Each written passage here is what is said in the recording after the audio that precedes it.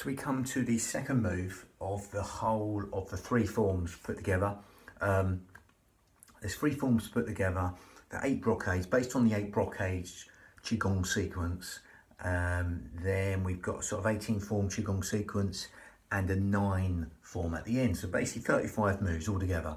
It doesn't really matter. I've put these in the brackets, 35, how many moves are there and what number it is. So you can do this segmentally or in order. It doesn't really matter. I'm not going down the traditional route with the Qigong motions, because that's all they are. We're exploiting these motions and adding a different type of breath. The breathing is going down more the Pilates route, which is the opposite of the Qigong breathing. The Qigong breathing tends to breathe into the belly like a balloon, but this is the opposite. Helps us zip up pelvic floor, scoop out the abdominals, take the navel towards the spine, the opposite, okay? And we're going down the yogic path and the hypnotic path for the breathing. So the main thing's on the breathing, and then we just add in the motion. It's a nice basic motion called, it's a second move, the 8 brocades. It's a nice basic motion, but a little bit complicated with the coordination, not too much, but it's called lifting the hands to raise the condition of the stomach and the spleen.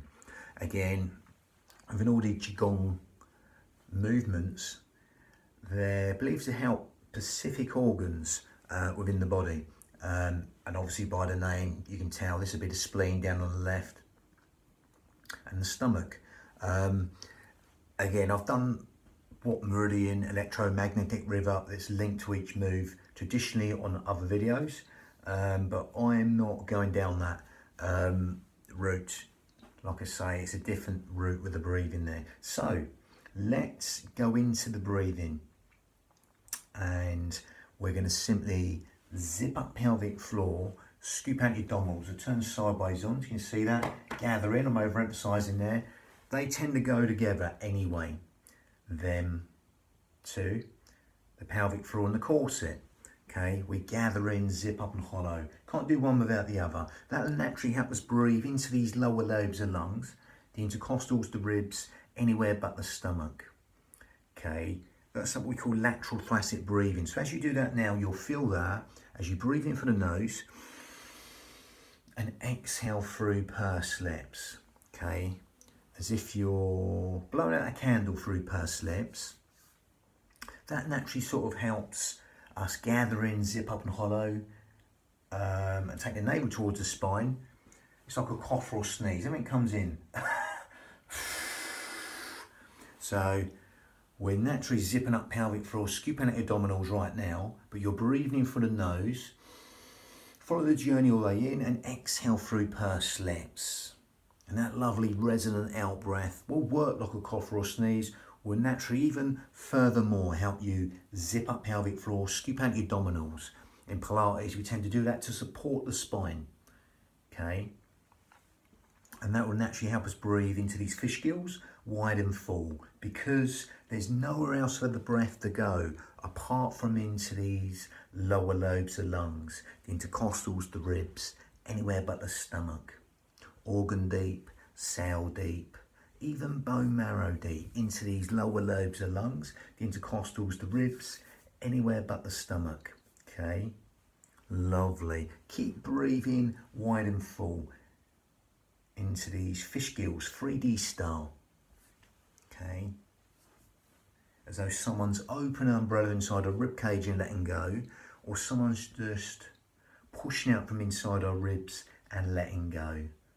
Just adding width to the lungs and length to that out breath. Now that's the Pilates route in short. That's basically the Pilates breathing. Now as we close the mouth, that takes us slightly down more the yogic path, in and out through the nose, or one of the yogic breaths. As we create the same deal, zipping up pelvic floor, scooping out abdominals. But now we breathe in and out through the nose. That smaller filter through the nose will lengthen the whole will cycle of the breath, okay? That smaller filter through the nose filters the breath, more cleansing breath. Again, in a lot of yogic postures, asanas.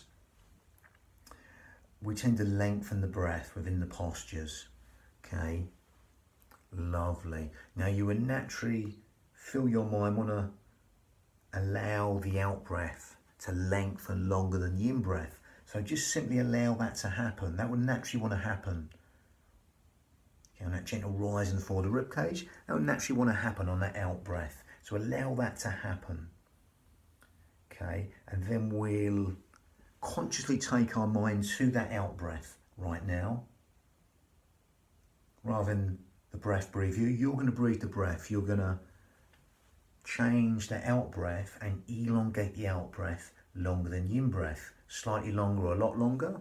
You can quadruple it, double it, triple it. Whatever you like the out breath, just make it longer than the in breath.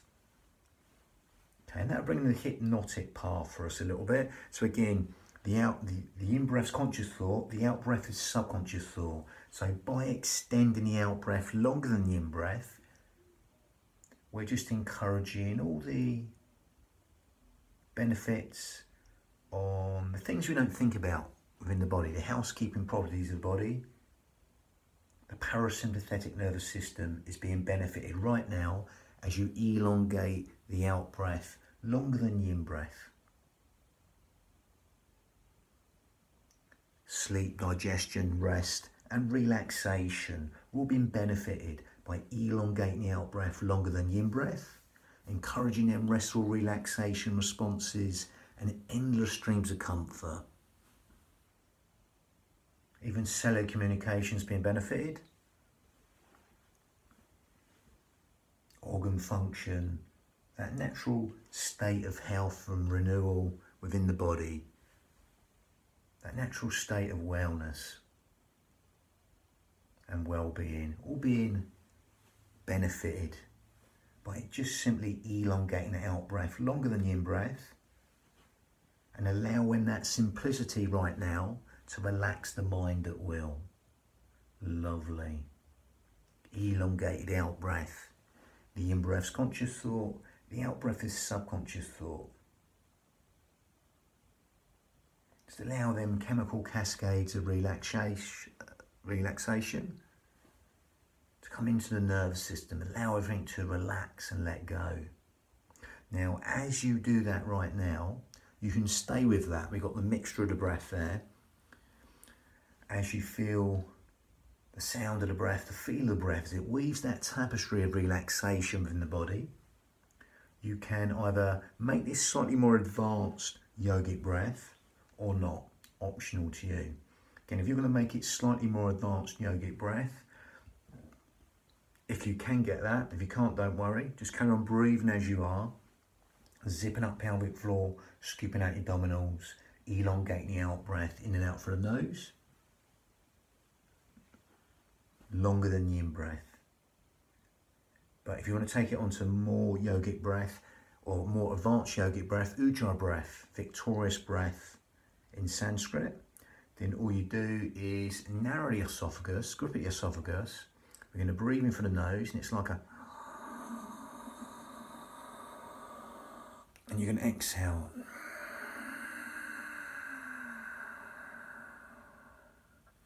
So again, it's like a sighing, whistling, silky ujjayi breath, victorious breath. Okay, it's like a sighing, whistling, silky breath, seashore breathing. Okay, so again, it's like going, keep them shoulders down. They want to come up and exhale as if you're going with a mouth shut.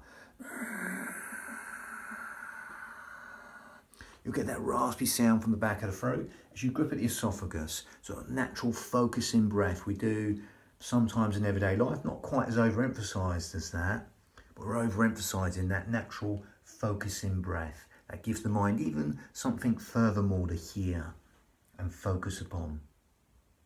So that breath just manifests in every organ, cell, sinew of the body. That ujjayi breath, victorious breath. Then be sort of like Darth Vader breath. That soft, silky, whistling ujjayi breath. If you can't get that, don't worry. Just carry on as you were. Okay, to get the ujjayi breath, great. Lovely. That'll stimulate the thyroid gland, which helps with weight control, etc. Helps us build the heat in the body, helps us fan the fire to burn all the toxins in the body.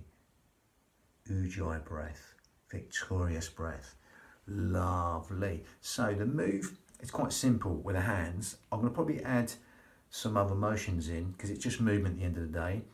In vinyasa, breath synchronized movement in Sanskrit. So again, as you zip up pelvic floor, scoop out your abdominals, think tall, the hands are going to change. So one's going to go up and this one's going to go down. So the bottom hand's going to push down towards the floor, the top hand's going to push up.